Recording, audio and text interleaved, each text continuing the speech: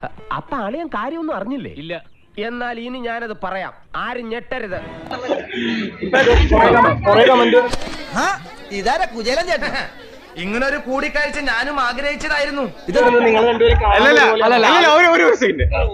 അളിയന് മനസ്സിലായി.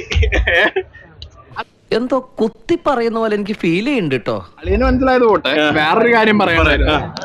അതായത് പലരും ഈ പറഞ്ഞ പോലെ ഒരു ഗീവ് ആൻഡ് ടേക്ക് ഉണ്ട് സോഷ്യൽ മീഡിയയിൽ ഉള്ള കാര്യം തന്നെയാണ്. ഇപ്പൊ റോബിൻ ആണെങ്കിലും റോബിൻ ഇറങ്ങിയ സീസണിൽ ഞാൻ ഒരുപാട് പറഞ്ഞിട്ടുണ്ടായിരുന്നു. ഞാൻ ഓർക്കുന്നു, വല്ലാതെ ഓർക്കുന്നു. സന്തോഷമാണ് നീ പോയത്. അനുഭവിക്കണമെന്ന് ഞാൻ പോവാൻ വേറെ കൊല്ലാതിരിക്കാൻ പറ്റുമോ?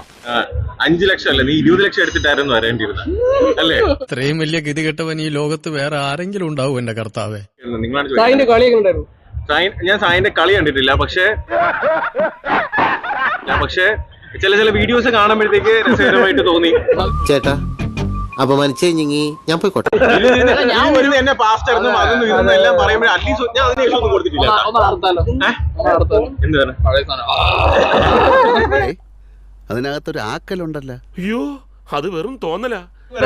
ഇപ്പൊ നടന്നുകൊണ്ടിരിക്കുന്ന ബിഗ് ബോസിനെതിരെ ഒരുപാട് പരാതികൾ.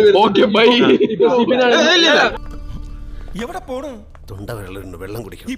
കാറിന്റെ അടുത്ത് മാത്രമല്ല ബ്രോ, ഇതേപോലെ നമ്മൾ ക്യാമറയുടെ ഫ്രണ്ടിലും പറയണം. കമോൺ പറയൂ. നീ ഇവിടെ നിന്നിട്ട് കാര്യമില്ല. ഇപ്പൊ ഇന്നാണെങ്കിൽ നിന്നെ വെച്ച് കാര്യം അറിയോ കിട്ടിയ മുതലും പലിശ ചേർത്ത് കിട്ടി.